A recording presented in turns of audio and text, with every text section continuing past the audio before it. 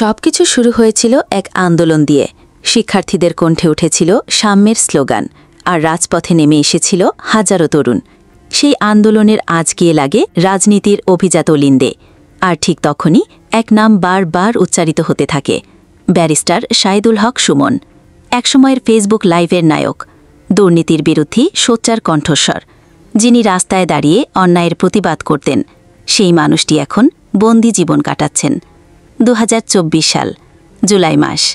ছাত্রদের বৈষম্য বিরোধী আন্দোলনের সময় হঠাৎই ঘটে যায় একাধিক সংঘর্ষ, হয় খুন খারাপি, দায়ের হয় মামলা। সেই মামলার কেন্দ্রে চলে আসে ব্যারিস্টার সুমনের নাম। বলা হয় তিনিই নাকি এইসব ঘটনার পেছনের মদতদাতা।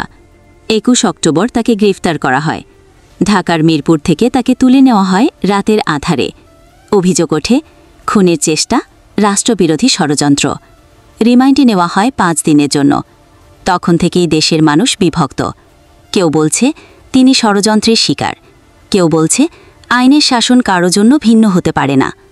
এরপর একের পর এক আদালতে হাজিরা, জামিন আবেদন আর প্রত্যাখ্যান। জানুয়ারি ২০২৫ সালে ৩টি মামলায় একসঙ্গে জামিন আবেদন করেছিলেন সুমনের আইনজীবীরা, কিন্তু আদালত সব আবেদনই নামঞ্জুর করে দেয়।